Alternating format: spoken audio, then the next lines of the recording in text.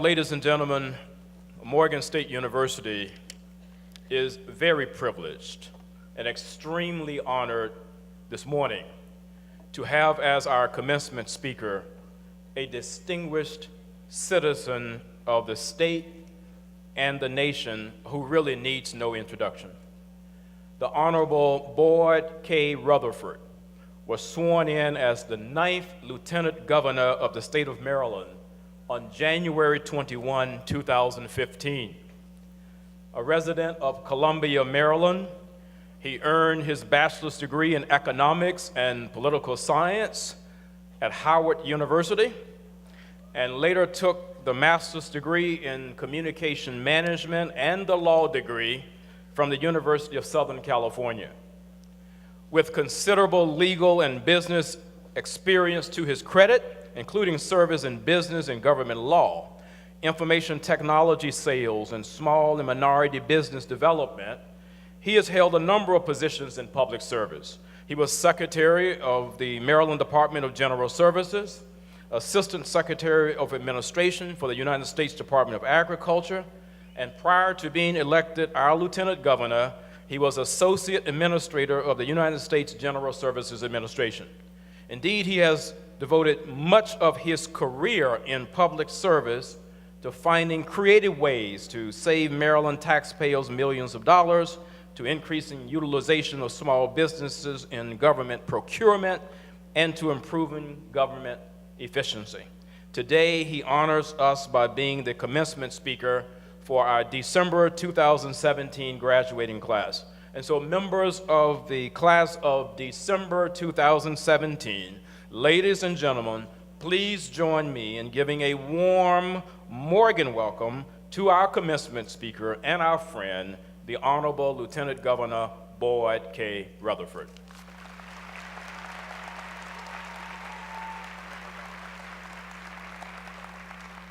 Well, good morning. Well, and thank you, Dr. Wilson, for that kind introduction.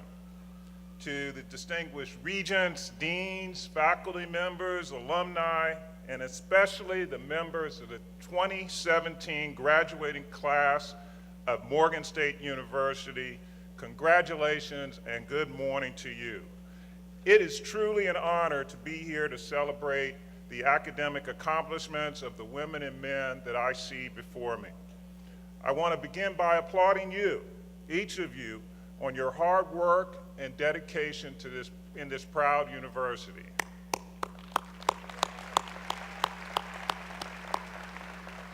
All of that work has led you to this important moment in your lives. As Lieutenant Governor of this great state, I'm proud that Morgan, along with the other institutions of higher education in Maryland, are continuing to develop well-rounded leaders with a strong moral compass, and particularly here at Maryland, where you are also developing a great sense of justice, generosity, humility, as well as public service. I am also pleased that Morgan emphasizes the need for lifelong learning while preparing its students for opportunities in business, science, engineering, education, healthcare, the arts, and more. As Maryland's premier public urban research university now celebrates 150 years of excellence, Morgan will play a key role in carving out the future for our state.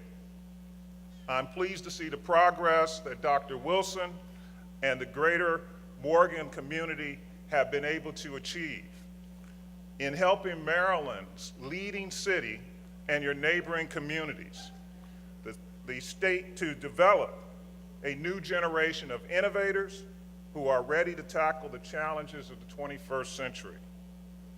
The state of Maryland is very proud to partner with this great university in the many initiatives that you have. And I'll take a moment just to share one example. In September of this year, I was pleased to announce the state's financial support for the demolition and redevelopment of the nearby Northwood Shopping Center.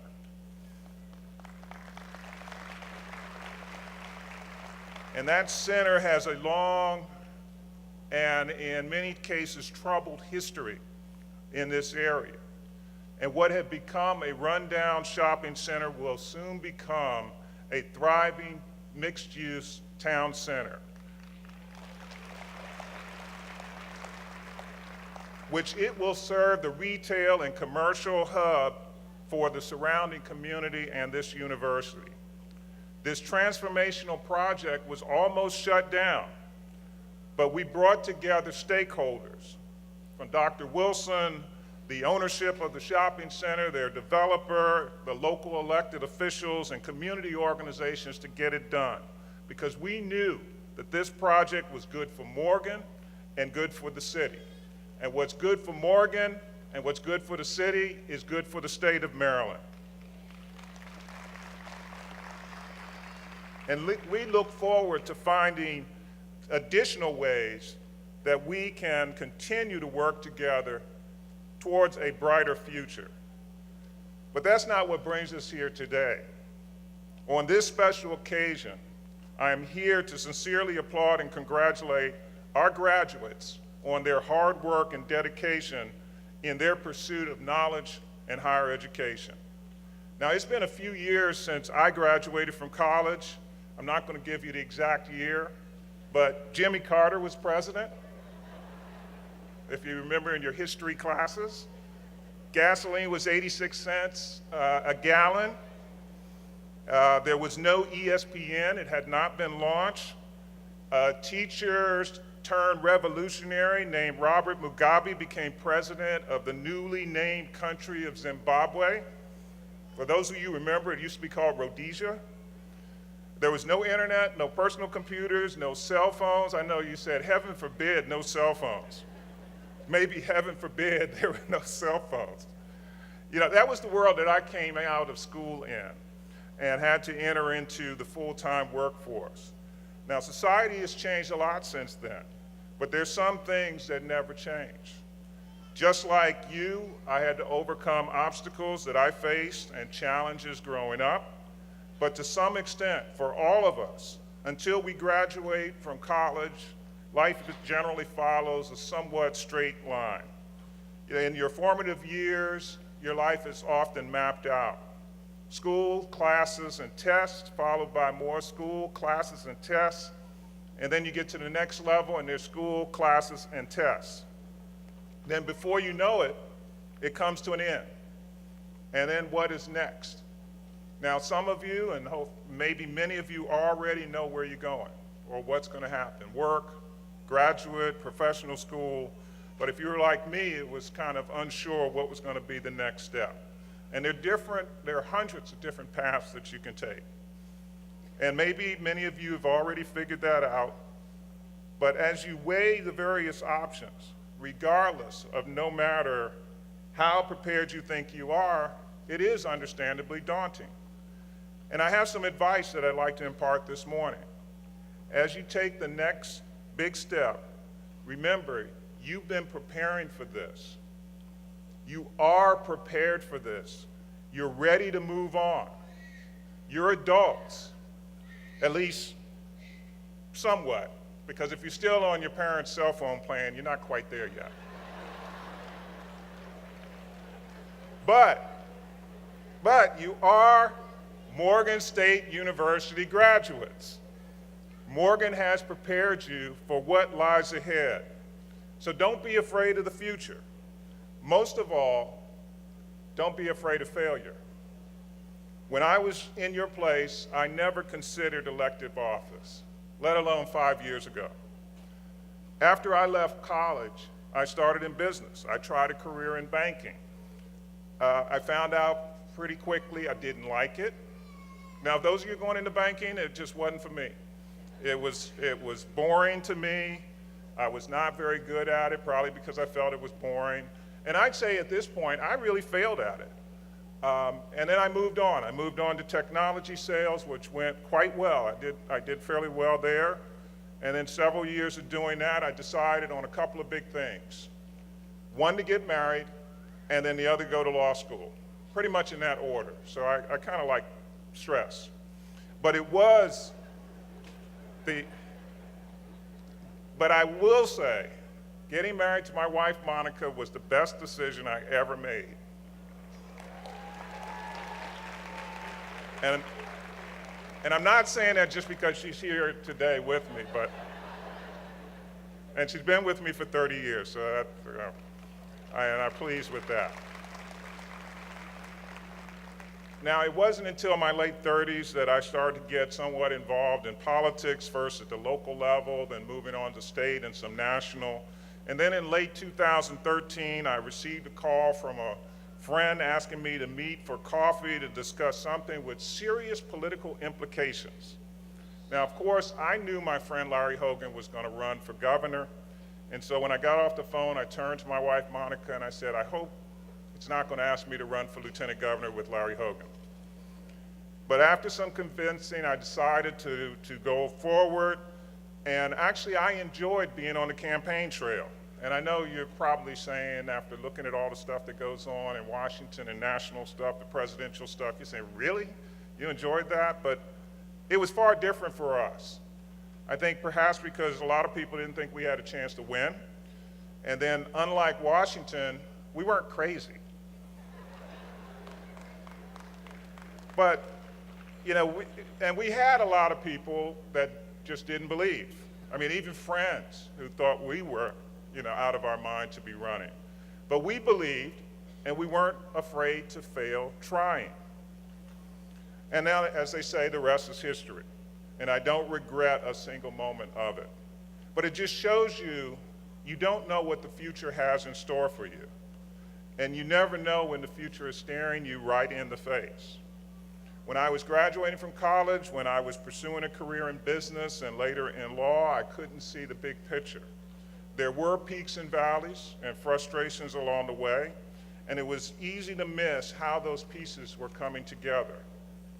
But looking back at all the detours that I took, all the times I felt uncertain about the future, unsure about what I wanted to do with my life, they all led me right here. And I was preparing for those opportunities that I could not have imagined when I was in your shoes. So believe me, there are going to be opportunities out there that you just can't imagine at this time. And they will be there. To every one of today's graduates, you're going to experience your share of doubts and disappointment. It's inevitable. But I can tell you today that with the benefit of hindsight, I am incredibly thankful that in those times of uncertainty, I chose to follow my instincts. Instead of taking the easy path or the obvious path, I made my own. If you believe in something, and if you work hard and stay disciplined, you will succeed.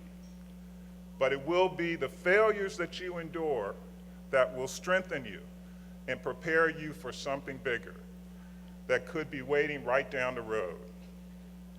I would also encourage you to continue to prepare yourself. Never stop learning. Gain more knowledge and skill that will position you well for the opportunities that will come your way. Be inquisitive, search out the truth, and research all sides of the arguments. And finally, don't accept someone else's baggage. Don't let someone tell you how to think, how to force labels on you, and something that I've been rejecting all my adult life. Too often in life, people will try to box you in and force a label on you. But if you look at some of the most impactful individuals in history, you will see that these men and women went their own way and didn't just follow the crowd. They forged their own paths. Like Morganite and fellow Howardite, Zora Neale Hurston, Doctor, I think you appreciate that. And I didn't know that you were going to be here, but she once said, I have the nerve to walk my own way, however hard, in my search for reality, rather than climb upon the rattling wagon of wishful illusions. Ms. Hurston rejected labels and refused to accept other folks' baggage. And let me share a personal story, and it's short. I don't think you'd mind. It's a little early for lunch. You're done with your finals. You don't really have any place to go, right? So you can spare another 25 minutes. No, it won't be that long. Many years ago, when I was in technology sales, I was doing technology sales, and a fellow salesman who was also black was relaying a story about a sales call that he had in a rural, mostly white area of California. I don't know how many of you have ever heard of Bakersfield, California.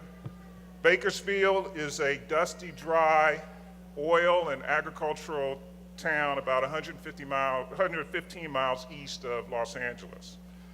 And he told me how he brought along one of our fellow, one of the technical guys, a white guy, to put people at ease. And he turned to me and he said, "You know what I mean by that?" And I said, "No, I don't." Now, of course, I knew what he was talking about and what he meant.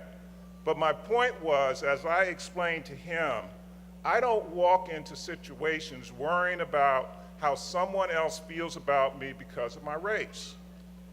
If they have an issue, thank you. You know, if they have an issue with my race, that's their problem. That's not my problem. I was there to sell a service, a solution to their challenge, and if it wasn't good enough for them, then too bad for them. And I later realized that my educational experience in a historically black institution of higher learning gave me that kind of outlook. See, I was able to receive, just like you, my professional foundation in an environment where I could learn without the thought that someone was questioning my intellect because of my race. Now, I have to say, though, my statistics professor at Howard may have had some questions as I struggled through the class, but I don't think that was due to my race. I think that was due to I was having problems in statistics. So, and I saw the baggage again when I was in law school as one of 6 black first-year students in a class of 181. Some of my black classmates fretted about what others may have been thinking when they were called on to answer questions. And I told them, I said, "You can't worry about that." You know, more so, I said, those other students are just happy that they're not being called on. And you didn't see any of them volunteering to answer the question. You know, in most cases, they're thinking about what they're going to do after class. They're just glad they didn't know the answer and they were listening to your answer. You can't worry about that. And so this was all the baggage that these individuals were carrying with them, and it took away from their focus on their mission, be it making money as a salesperson or excelling in your studies when you're in graduate or professional school. So don't let folks get you off track. So I'll try to wrap it up. So I want you to remember a couple of things. 1, don't be afraid to fail. If you want something, go after it with all that you have. 2, continue to prepare yourself. Gain additional knowledge and skills to put you in a position for opportunities that you really can't imagine at this time, but those opportunities will come your way.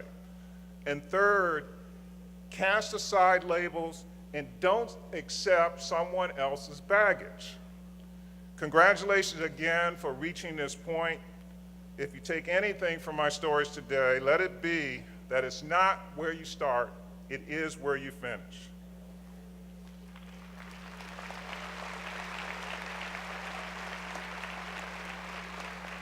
And lastly, please thank your families, your friends, and loved ones who helped you through this journey.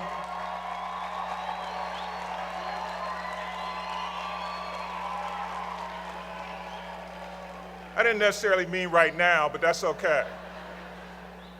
But thanks for the opportunity to speak to you this morning, and on behalf of an incredibly proud state, congratulations on your accomplishments and good luck to each of you as you prepare for your next chapters. Thank you again.